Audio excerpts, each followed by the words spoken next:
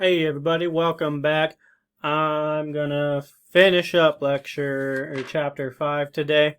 I'll do my best to do that. I got like 20 slides to cover. I try to not ramble. I do my best. We'll see how that goes.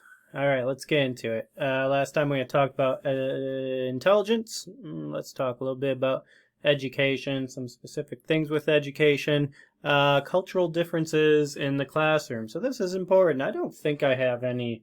I never seem to have the teachers in this class, the people that are in the education department, training to be teachers.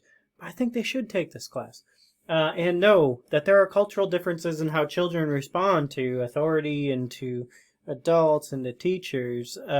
Because if you don't understand that, I think it can lead to, I guess, children just not properly being served well in their education. In some cultures, it's impolite to talk in formal settings unless you truly have something important to say. Eye contact varies by culture. Social distance varies by culture. Wait times and that you're asked a question. And in some cultures, it's expected that you start talking immediately. In other cultures, it's expected that you sit there and ponder and actually think through your response.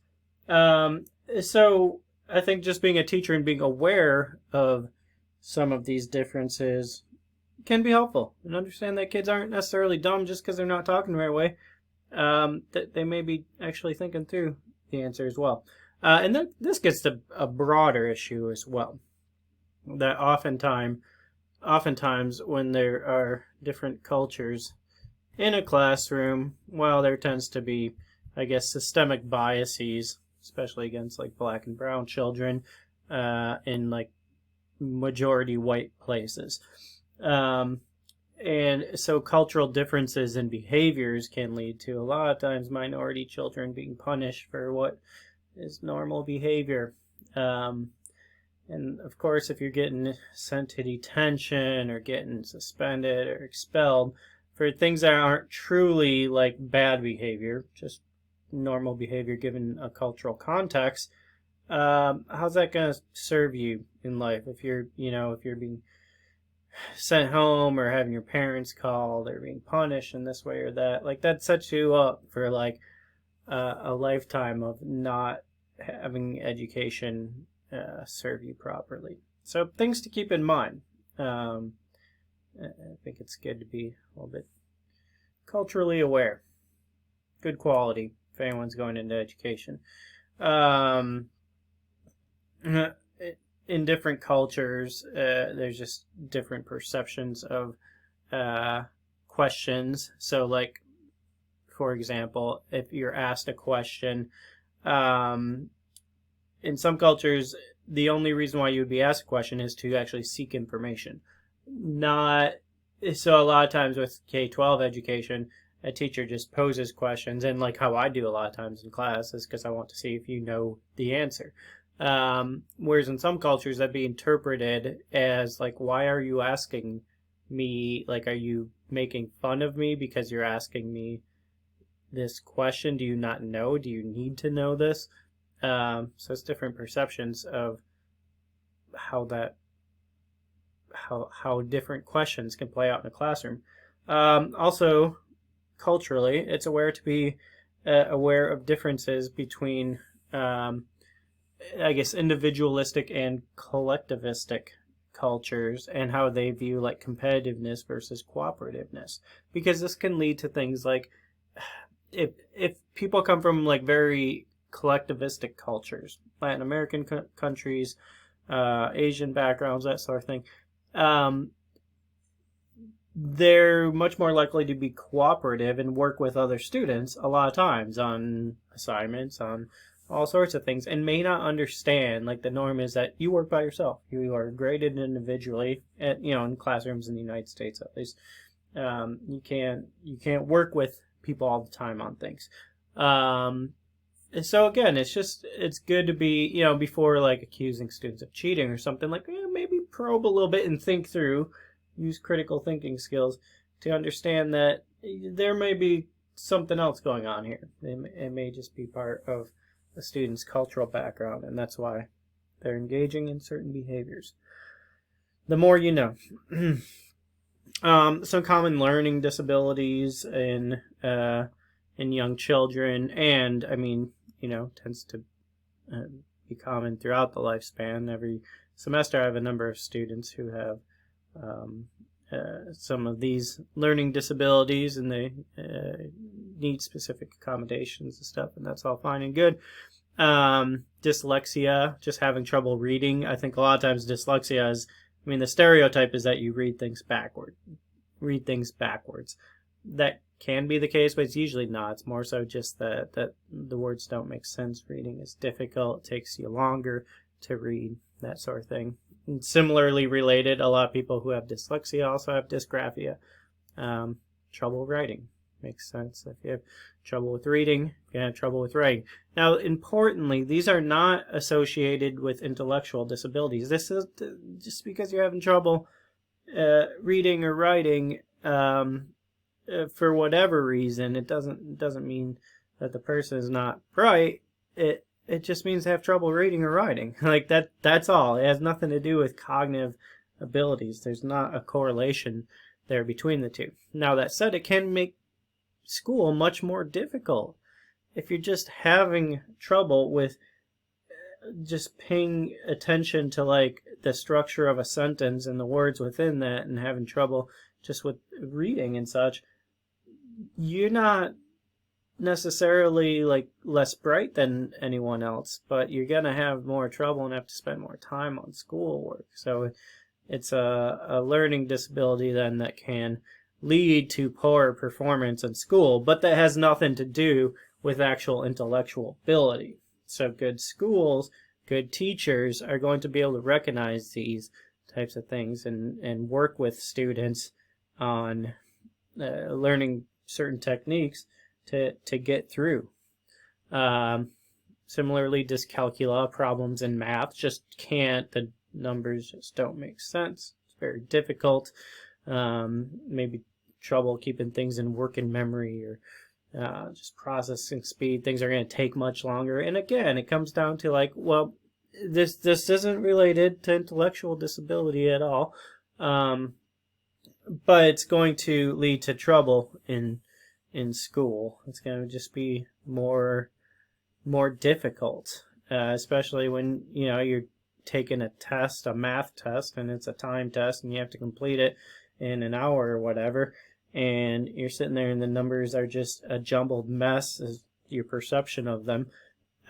You're gonna need more time to figure that sort of thing out. ADHD is commonly attention deficit hyperactivity disorder.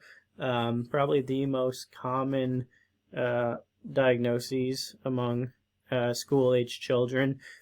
Just difficulty with sustained attention, disorganization, lack of attention to detail, difficult to follow instructions. You're forgetful, become easily distracted, not able to sit still. I say as I'm shaking my leg. I don't have ADHD, that I know of at least, but I don't think I do. And so there's a lot of controversy surrounding ADHD. It's definitely an actual disorder, and some of you, I assume, in this class have this disorder. But it's also like overdiagnosed as well. A lot of like normal children's behavior is classified or can meet the diagnostic criteria for ADHD. So you end up overdiagnosing it, which isn't serving children well, because there's children who actually have the disorder and then others that are incorrectly diagnosed with it. Well, those who are incorrectly diagnosed with ADHD, a lot of times will be put on the same medication. How that medication works is it increases the dopamine, because it's thought with ADHD that there's a lack of dopamine in the reward system in the brain. So you're just constantly searching out any stimuli in the environment to get the dopamine flowing, just to engage, have that natural process of reinforcement happening. So what the ADHD medicine does is boost that level. It's a stimulant. It boosts that level of dopamine in the reward pathway. So if you're incorrectly diagnosed but are given a stimulant, well, you're not boosting levels of dopamine to the level, like a normal functioning level. No, you're going way overboard and having all the effects of a stimulant then, essentially speed. That medicine is commonly abused among college students because it does allow you to sit there and really enjoy mundane tasks for a long time. So students a lot of times will have issues with it. It's not good to be using speed, obviously. I shouldn't have to say that, but so abused among college students, even among students at MSU. I didn't know this really until I started talking to some folks that do clinical work here, and a lot of students come in like trying to get like ADHD prescriptions from our clinical psych lab. And some may, and we always refer them out because some may actually need it, but also some are just trying to get the medication as well. ADHD, again, is the most common diagnosis among school-age children, about 5% of children. Now, I don't know if that's the amount of children diagnosed or if that's accounting for misdiagnoses as well, because it's so overdiagnosed. More common in boys and girls, strong genetic component. The relationship between maternal smoking and ADHD, that shouldn't be an issue in coming years. So I wonder if we will see a decrease in ADHD diagnoses because no one smokes anymore. Now people do vape, but not nearly as at the levels of like 20, 30 years ago when like half of people just smoked. Smoking was very common when I was a kid. Like thinking back to like playing Little League and like my coach was always just sitting there like smoking. It's funny to think about now. I mean, it's not because you shouldn't smoke, but it's just funny that it was so commonplace back in the day, and now like if we were in class, I would ask how many people smoke, and maybe one hand in like a class of like 70 students would go up, and that's probably some people that don't want to admit it, so it's maybe 2 or 3 in a class of 70 people that actually smoke cigarettes. Not many people do. It's expensive. So point being, I'm rambling. Point being is that I think we'll see a decrease, or I wonder if we'll see a decrease in ADHD, depending on how strong this causal factor is of maternal smoking and ADHD. Because there's just less people smoking, so over time, when those people become mothers, there's just not going to be many people smoking. Like I said, it's the most diagnosed childhood disorder. Diagnoses have been increasing, probably due to a number of things. For one thing, there's just more awareness of it. For another thing, we misdiagnose it, and a lot of normal children's behavior is classified as like hyperactive. I think there's less like, with all the like, especially in Texas, all the emphasis on like testing children, like the STARS test and all that children have to do. There's so much emphasis on just like rote memorization and like boring, very boring schooling. You're not letting teachers actually teach. And then how are kids going to respond to that? Well, they're going to be hyperactive because they're bored. Probably less physical activity. What's the things that are being cut when schools are making budget cuts, which schools are always making budget cuts. Well, you're probably going to cut, physical education and music and these like engaging type of activities, art, that sort of thing. So I'm guessing that has something to do with the increase in diagnoses. I'm trying to think of what else may. There's been more adults now diagnosed, and probably more so correctly diagnosed. So it always was thought that ADHD was a childhood disorder and that you kind of grow out of it. No, that's not the case. It can occur in the same way, same neurobiological way in adults as well. So that can lead to an increase in diagnoses as there's just more education and awareness of adult ADHD. With learning disabilities, it can often lead to a self-fulfilling prophecy where if a child is diagnosed with a disorder or is told they have a disorder, well, then they tend to behave in a way that meets the criteria for the disorder because that's the expectation placed on them as well. So teachers will know which children have a learning disability or not, and probably also teach them in a way, well, if you think this child just can't read or can't write, you're not going to have high expectations. You're probably going to work with them less. You're going to say, well, that's something about them that I can't fix. I'm just a teacher. That's unteachable. So it becomes a self-fulfilling prophecy in a lot of ways, which isn't a good thing. Moving on. Again, I'm going to try to cruise through stuff. I know I'm getting bogged down with some rambling, but I'll try to get through stuff quick. So thinking back to Erikson, we have 8 stages of psychosocial development. The first one being trust versus mistrust. Then we have guilt versus shame and doubt. And we have, I think I'm missing one in there. Initiative versus, shoot. I'll have to go back and look. But that's all right. We are in mid to late childhood now. And now we are in industry versus inferiority. If I could talk. Industry versus inferiority. So children are now at the stage where they're in school. So they're surrounded by their peers. And now you can make evaluations of how you perform, how good you are in school, or at sports, or at music, or all these different things. You can make comparisons between yourself and other people, other peers. Most parents always tell kids that they're, a special snowflake and so good at everything. But then children actually can see it for themselves, and maybe they are, and maybe they are competent, or realize at least in the ways in which they are competent and good, and the skills they have.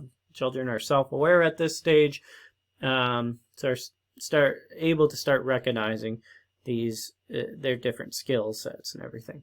Or they may also realize that a lot of kids are a lot better than them at most things, whether it be school or sports or socialization, communication, all sorts of things.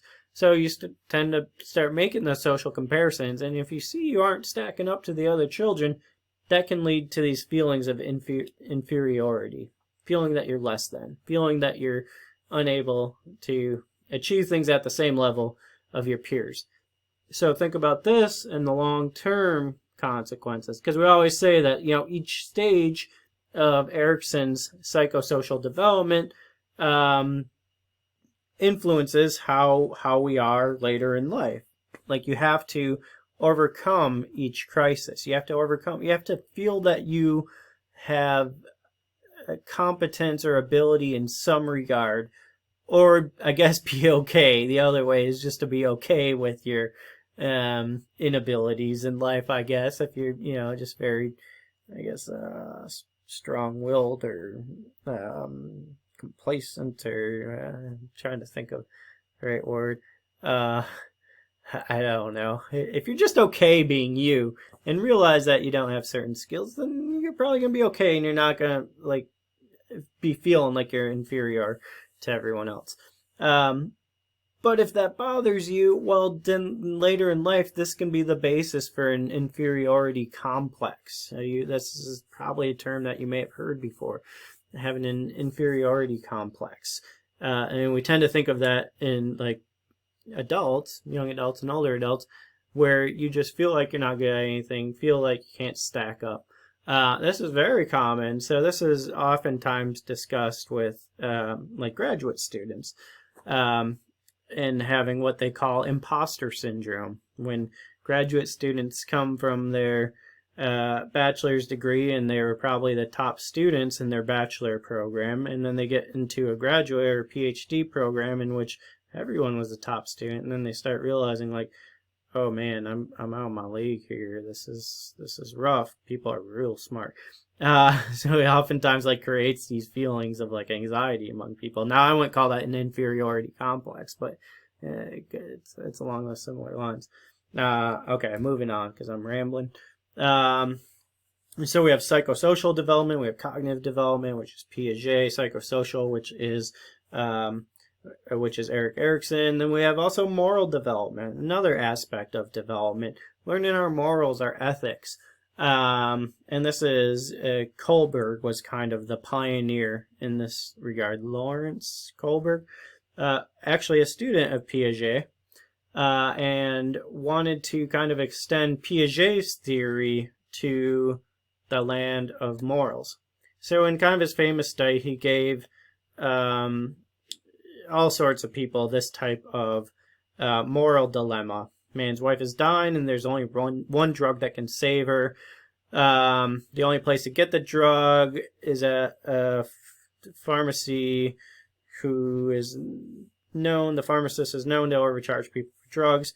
The man can only pay $1,000, but the pharmacist wants $2,000. Thinking of my wife in my ear, destroy capitalism. Just joking.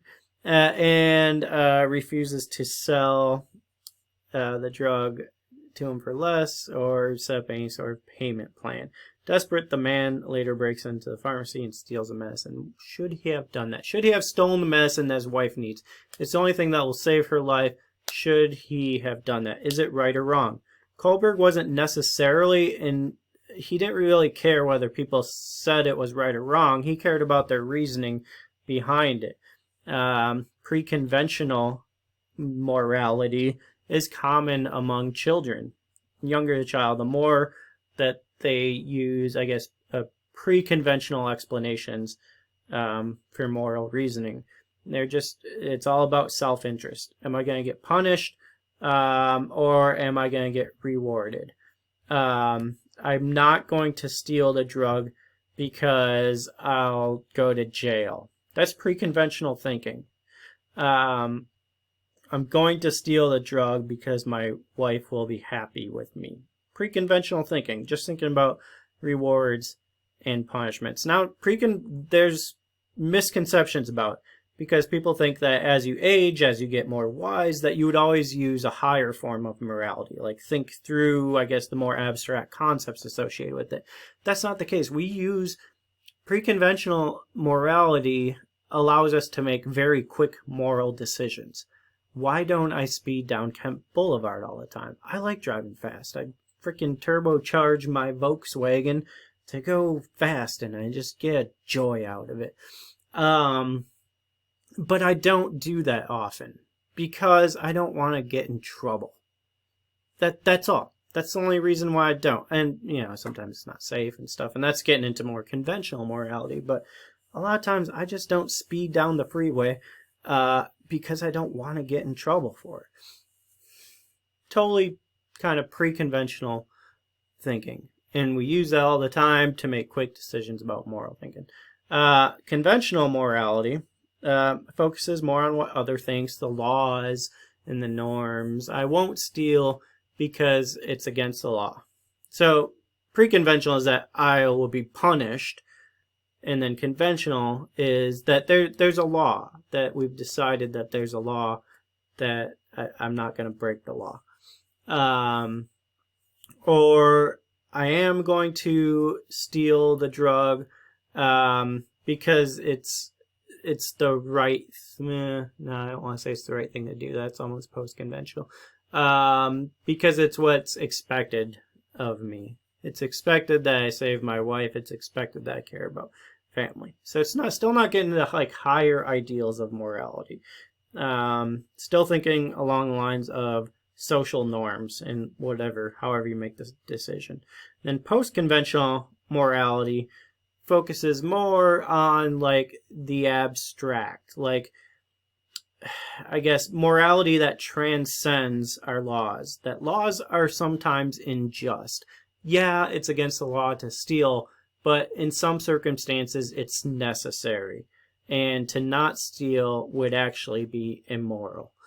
And this So Kohlberg was like, I don't care what people say if they'd steal or not. I'm just interested in their reasoning. Except when it became to post-conventional morality. Then he said that, no, you should absolutely steal the drug because human life transcends any other concerns.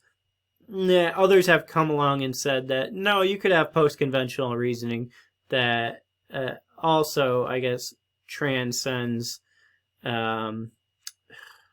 transcends other concerns and say that you wouldn't steal the drug. So we have a social contract. If everyone stole just because it would save people's lives, society would crumble, and in the end it would be worse. We wouldn't have a society because we couldn't have a reliance that our laws would actually stop people from doing things. And that's why you can't steal the drug. That's I would argue, Kohlberg would not, but I would argue, and other more philosophical type folks would argue that that is post-conventional morality for not stealing the drug. And it's fun to pose this, so this is, limitations of class in this format, is that I can't pose this question to class because it's interesting to see how people come up with different responses and how those would be labeled. But children in this age group that we're studying right now in Chapter 5, children pre-pubescent or even younger, under the age of 9 or so, tend to use pre-conventional moral reasoning. I'm not going to go over this. This is in your book. So look at this different levels of moral reasoning and how it applies to this. Friendships in childhood. So at a younger age, let me see here. At a younger age, we usually just hang out with other people who at a very young age, it's kind of your parents, who lives in your neighborhood and who your parents make you go play with and stuff. And it's just focused on similar interests. That's my good friends are the ones that live next door because we do the same things together. This is common in your earlier years, and then as you get a bit older into the late childhood, you start to have normative expectations that you base your friendship on those who have similar values, friends who are kind and share things with you. You're making more normative judgments about friends. And then as you get older yet, you start forming friendships or have expectations of friends, that there's a reciprocal aspect to the friendship, that you're willing to share things with them, not just physical things, but share ideas and secrets and all that sort of stuff. And you expect the same from them, so it's reciprocal, that you have loyalty to them, can trust them. So it's higher, forms of just higher level empathy and understanding that goes into friendships. The research is really cool. I like this research. I've never done anything like this, but it'd be fun. One way to assess and group and categorize how peers operate, peer relationships, is through sociometric assessments, where you go into a classroom and have everyone rank other people. Just ask them what they think. Do you like or dislike? Or just list students and whether you like or dislike them. That's how this would be set up. And so if you're a popular kid, you receive many likes, very few dislikes. Rejected kids, many dislikes, few likes. That's sad. Controversial kids, many likes and dislikes. Ooh, I like that. Who are those controversial? I'm trying to think to my childhood, who were the controversial kids? I wonder if I was one. Possibly. I think I was somewhat popular. I don't know. I don't think I was popular in the traditional sense. Neglected, not mentioned much in either category. Not liked or disliked, just ignored. Neglected. That's sad too. Neglected and rejected kids. I was an average kid. I had a few positives and and very few negatives. Yeah, I think that best explains me. And then some different types of how we classify children. Popular and pro-social. Kids are friendly, cooperative, tend to do well in school. Popular, antisocial. Well, they're popular. But they're like, these are like the bully types. Spreading rumors, acting tough. Yeah, whatever. These kids suck. Rejected, withdrawn kids, shy, are easy targets for bullies. Sad. Rejected, aggressive. Well, they're just not popular, but they stir up a lot of stuff. And you can think about how like parenting styles would be associated with these. Like, I'm thinking rejected, aggressive kids. Well, those are probably kids who have neglectful parents as well. Could be the case. And speaking of parenting styles, and I talked about this when I talked about parenting styles earlier, is that authoritative parenting tends to be the most common and considered like the gold standard in places like the United States, where we have a very individualistic culture, where we want to involve children in the decision-making process, whereas in more collectivistic cultures, you don't want to lend so much individualism to your child, because you got nothing to gain by like standing out and going against the crowd and everything like that. You definitely do a place like America, where it's all about merit and like one-upping one another and competitiveness and all that. In a more authoritarian or more collectivistic culture, authoritarian parenting is going to be more considered the gold standard, because you want to make sure your children are reined in. You don't have a democratic style in your family or in your household where children are involved in the decision making. No, you do as I say, you stay within the bounds, because it's just going to bring criticism to the family if you're out there going against the norms of the culture. Important to note, I mean, should just be like, do I even have to include this slide anymore? That children with gay and lesbian parents, there is absolutely no detrimental effects to the children. And I mean, I do include this slide because it was just 2015 when the United States Supreme Court legalized gay marriage. So we are seeing, I guess, more gay parents nowadays. And I think our culture has shifted dramatically. Generation Z is very not homophobic. Millennials, not really, but maybe the older millennials are. Boomers, yeah, there still is. So, I don't think this is an issue anymore. But it's important to note, because it was just 2015 that the Supreme Court decision was handed down. But the arguments that the people arguing that we should still have a ban on gay marriage, their arguments were that it was detrimental to children, that children need opposite sex parents. I mean, first of all, families look all sorts of ways. Single parents, involving grandparents and child-rearing aunts, uncles, friends. I mean, families look all sorts of ways. The normal nuclear family it exists, obviously, but it's not like the norm. Or what's considered the normal family is not actually the norm. Families look so different in so many different ways.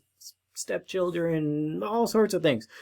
So this argument was ridiculous at the time, that two same-sex parents are going to have detrimental effects? No. But it needs to be said, because that was only 6 years ago. And there's no difference between children as far as gender identity, gender role development, sexual orientation, behavioral problems, school adjustment, intelligence, substance use, etc., etc. No differences. Shouldn't need to be said, still needs to be said. If you're still of the mindset that this is wrong, well, then you're wrong. And, I don't know,